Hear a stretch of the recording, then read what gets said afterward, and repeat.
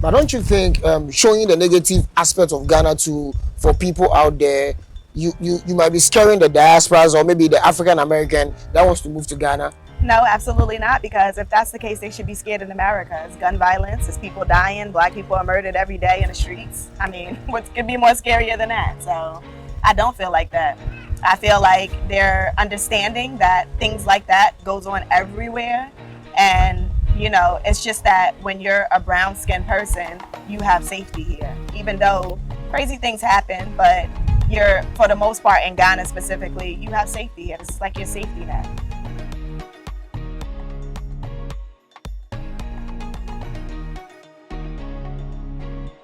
Tell us more about you, who you are. Everybody has to know you. Well, my name is Melody. I have a channel called Just Vlog, so stop on over and subscribe if you get the chance. It's JUSSVLOG, and I'm originally from America, New York to be specific, and I moved to Ghana almost a year ago.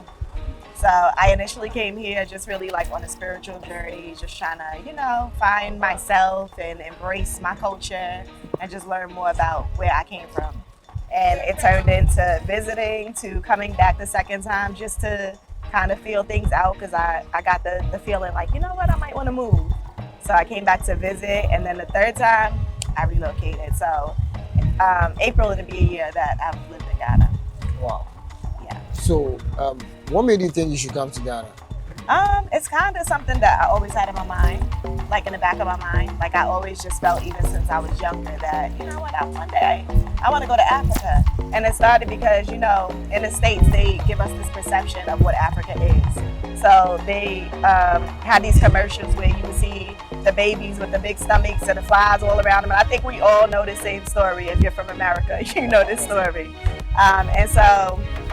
The child is living in poverty, surrounded by woods and dirt. And so it puts off this negative persona about Africa, that it's impoverished, it's nowhere that you want to be, the kids is malnourished, they starving, it's no food. But I kind of questioned that, because I was always a child that questioned everything. So I really did question, I wonder if that's the truth, I wonder what's really going on there. And so it was always just something I wanted to do. So how long have you been in Ghana? How long? A year. A year now. In So April. how do you see Ghana? Is it a good place? I love Ghana. I love Ghana. Ghana Wow. is a beautiful place. It's safe. The peace that you get when you're here is unexplainable. I feel very spiritually connected and grounded being here. And I feel like I'm just, like the universe is just protecting me. Like it's just my safe haven. So no matter where I go in the world, Ghana's it for me. Was it difficult for you coming from the state to Ghana? No. No, it wasn't difficult at all. I feel like it was some adjustments that I had to make, as far as wanting certain foods, desiring certain drinks like Starbucks, because I love Starbucks and Dunkin' Donuts. So missing out on those little things was kind of a challenge here and there, but for the most part, no. As you were talking, you made mention of a spirit telling you should come to Ghana. Is what kind of spirit talks to you? It was more like a spiritual move, more like a spiritual calling on your life. So the supreme spirit is always constantly moving and flowing. It's energy. It's in the midst of everything. So inside, internally within myself, I just felt this is something I needed to do. So was it a call? Absolutely. Wow. Yeah. So as the spirit called you to come to Ghana, what impact have you brought so far to Ghana? Well, when I initially came to Ghana, I didn't have a clue as to what I was going to be doing here. And to be quite honest, I was petrified, because I'm like, oh my gosh, this is a completely different place, a country that I've never been, uncharted territory. How am I going to work? How am I going to make money? Like all of these, thoughts went through my mind. And then I would say 2 weeks before me relocating to Ghana, I met Boogie, my husband. And then from there, it just made things a little bit more easier. It made the process a little bit more easier. And so all of the doubt that I had when I arrived in Ghana just went out the window. And I ended up eventually starting my YouTube channel. So that has been like my passion and the source of my inspiration and what keeps me going while I've been here in Ghana. So you being a YouTuber so far, as I am also a YouTuber promoting Africa, what kind of content do you create on your channel? So my channel is more based on the good, the bad, and the ugly of life on a continent, period. I've lately been doing videos centered around Ghana because that's where I am. I haven't traveled outside of Ghana yet, but that is going to be changing soon. So it's just basically showcasing every part of Africa. I mean, in every part of Ghana in this moment, because I feel like a lot of people relocate to Ghana specifically. They come, they stay, and they go back to the States shortly after. So you have to ask that question, why? Why are people coming and staying a year, 2 years, and then they're going back to the States? And it's because when they come, they don't have certain knowledge of certain things that go on. Like the expectations that they have sometimes are beyond what Ghana has to offer.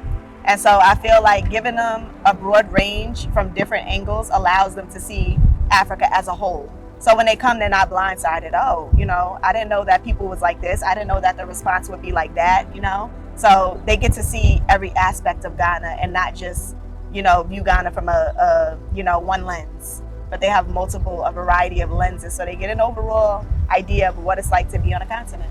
But don't you think showing the negative aspect of Ghana for people out there, you might be scaring the diasporas or maybe the African American that wants to move to Ghana? No, absolutely not, because if that's the case, they should be scared in America. It's gun violence, it's people dying, Black people are murdered every day in the streets. I mean, what could be more scarier than that? So I don't feel like that. I feel like they're understanding that things like that goes on everywhere. And, it's just that when you're a brown-skinned person, you have safety here. Even though crazy things happen, but for the most part, in Ghana specifically, you have safety here. This is like your safety net. Wow. So this question is just a personal question for me, and I have to ask because I know of these diasporas that normally comes to Ghana and they have these issues with the people living in Ghana, a typical Ghanaian, and also people out there. Dating a Ghanaian man, how does it feel like? Well, I'm gonna try to be polite when I answer this question. No, I just want you to say your mind, okay? Say your mind. I feel like a lot of African American men in the diaspora and the States specifically are damaged, as we all are, from our history, things that we've gone through as a culture of people. And I feel like they're not willing to do the necessary work to change themselves for the better. So for that reason, it's damaging to the family system, the family structure, and to the African American women. Because when you're damaged as a man, how can you be the strength that a woman needs? And so a lot of African American men are just not willing to repair, the trials that they've gone through. And I feel like here in Ghana, the men are so much more, open. They're, for the most part, healed. They're strong. They know what they want. They know what they have to offer. If they don't have it to offer, they know how to voice that. So it's very different in the way Ghanaian men interact, period, in a relationship, as opposed to African American men in the States. Wow. So dating your what do you call it, your Ghana man now, so far, how long have you guys been dating? Well, our anniversary is coming up soon, so I don't want to say it on camera because it's gonna be okay, so you guys are getting married? Well, soon. No, you have to be specific. I just want to say.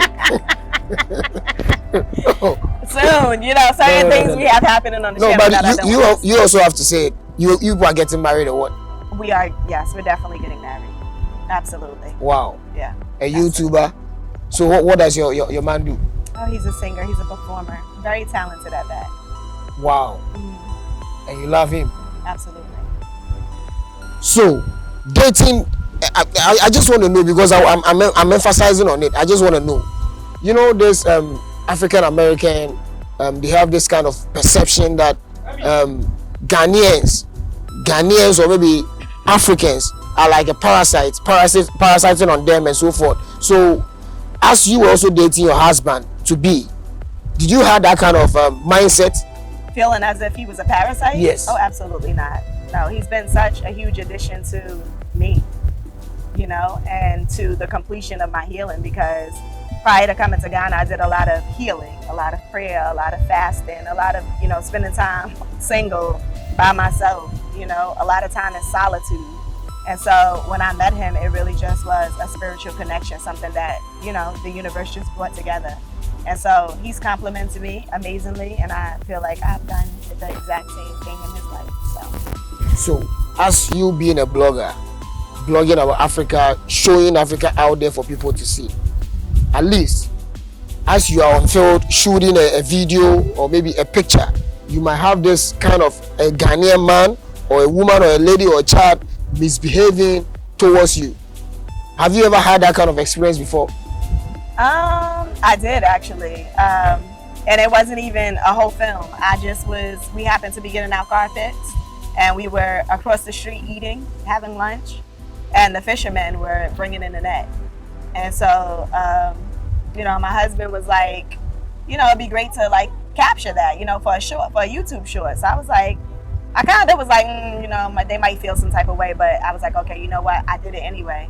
And when I went to go film, like just a little, like 3, 4, 5 second shot, they was going off. Like they was getting upset, telling me not to film them. And so he had to intervene. Like, what's your problem? This is a free country. Just like you don't want me to film you, this is not even your land. Like, you know, you're on somebody else's property, just like so I have the right to film wherever I want to film. So that's probably like the only incident that I've really had. So what was your most difficult video that you shot in Ghana that you had this kind of difficulty shooting it? When I did my snake video, because I'm terrified of snakes. So it wasn't difficulty with people, but it was difficulty with the animal. So I can't say that I've had like a difficult video shooting anybody. I haven't experienced that yet. Wow. So it's been all positive for the most part. It's been a blessing. So as you are in Ghana now, at least you have this negative stuff about Ghana, and you have this positive attitudes of Ghana too. Mm-hmm. Have you ever learned those negative attitudes of Ghana and also the positive attitude of Ghana? Have I learned? Yes, you learning it. So you're asking, have I taken on the negative attitude? I would say no, because I don't attract the negative thing. Like if it's negative, I'd rather have nothing to do with it. And I don't even want negativity in my space to even have the ability to taint, you know, my spirit. So I try to, you know, people are going to be who they are. You can't control people, you can only control yourself. So my goal is to always, you know, display that positive energy. And when you put positive energy out, it comes back to you. So that's what I center myself around: positivity. Negativity, I don't have time. How do you feel when you are in a public car or maybe a trosky? How do you feel in a car? You being in Ghana, how do you feel? Maybe you might be feeling this uncomfortable moment or anything of that. How do you feel? Well, it's hot. So let me say that. So when you're in the taxis in Ghana, there's no AC, and then you know the taxi might fill the car to the max. So it's like you in the back with like 4 other people pressed against you, and it's hot. And so that's like a big challenge for me, just being stuffed in a taxi with no AC and it's hot. So have you been bullied by a driver before? Maybe you overcharged or anything of that? Yeah, I've had experiences with drivers trying to get over. Yeah, absolutely. So how did you react to that? Well, I kind of went off. I was upset, you know, and you know, Boogie even had to intervene because he even understood what was going on and how the driver was trying to get over. And he actually had to, you know, because I was actually going to the location where he was. And so I had this, you know, exchange of words with this driver as I was going to where he was at. And so when I arrived, you know, he's like, what's going on? And I had to explain, like, you know, this driver's trying to charge me a crazy amount when, you know, I'm only going around the corner. And it was something like I think it was like 15 CDs, and it should have only been about like maybe 9 CDs for the ride. So in that situation, he had to intervene because I'm still working on saving my temper. So, you know, most people in Ghana sometimes normally says the diasporas that have been coming to Ghana normally, sorry to say, misbehave towards the Ghanaians. Really? Like, what do you say about that? I feel like it's probably true. for some, but I also feel that a lot of Ghanaians misbehave towards people who are coming from the diaspora also.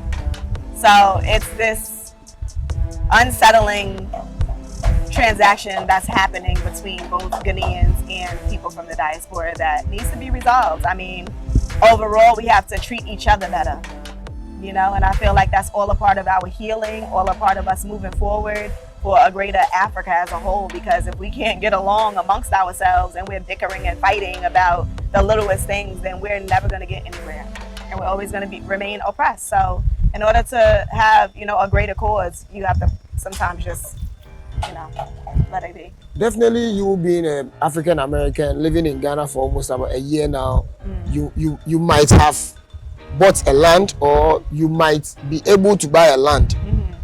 As you were buying your land, what process did you pass through buying those kind of land? So when it comes to land, I'm trying to think of how to answer this question. Let me see. So I will say, just broadly, when it comes to any transaction with land, you want to make sure that you're taking the necessary steps to protect yourself. So, you know, first and foremost, you always want to make sure that you get a lawyer involved.